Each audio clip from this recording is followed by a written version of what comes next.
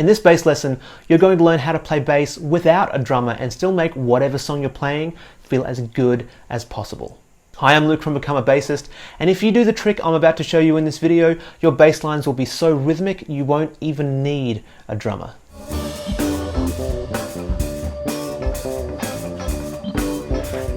There are plenty of reasons you might find yourself playing in a group without a drummer.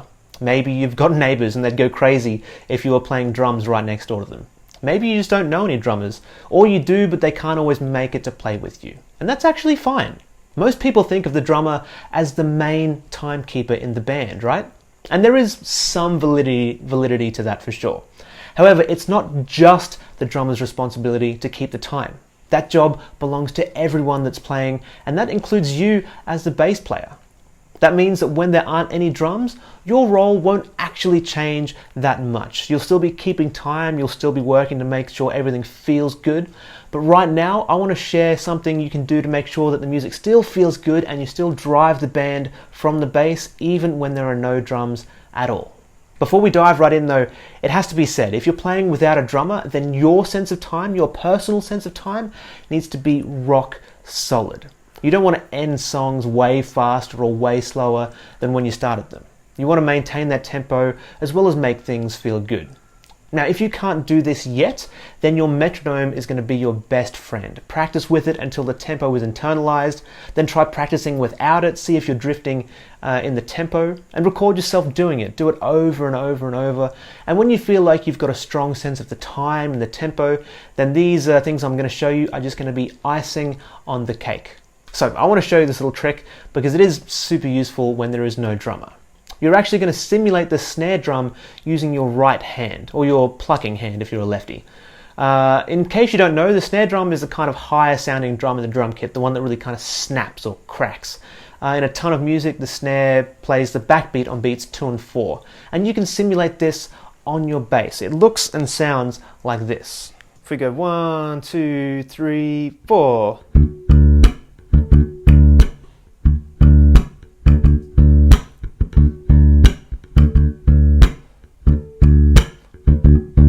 Hear that crack we're getting on beats 2 and 4? 1, 2, 3, 4. 1, 2, 3, 4. This right there, that's exactly what I'm talking about.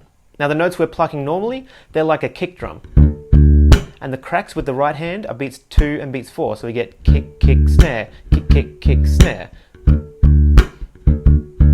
Now, there's no kind of real formal way of doing this. All I'm really doing is striking down the string with enough force that the strings are hitting the frets up here. I'm not even really hitting that hard, but if your bass has kind of a higher action or has a lot more tension on the strings, you may need to give it a little bit more juice in the plucking hand to get that same kind of sound. But that is the general idea.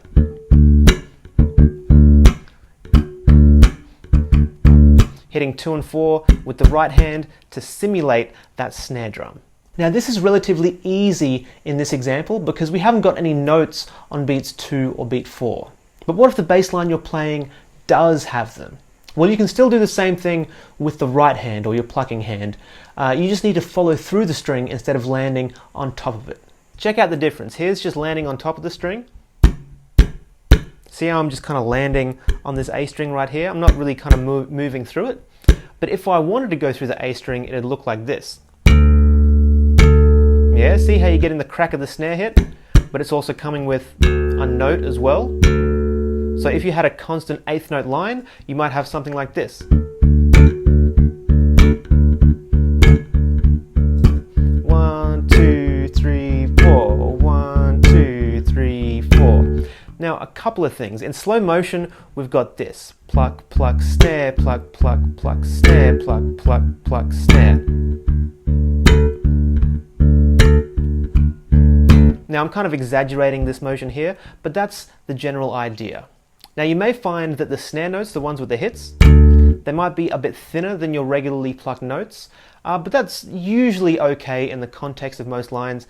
There will obviously also always be exceptions as well. The other thing you have to worry about, is that you need to make sure you're not getting too much of a harmonic. You want to make sure that the fundamental is really strong as well. You want to actually have a note there, not just the harmonic. Now, if your bass is set up in a certain way, usually with a decently low action, you can also get a similar effect by just plucking with more force, which does make things a bit easier.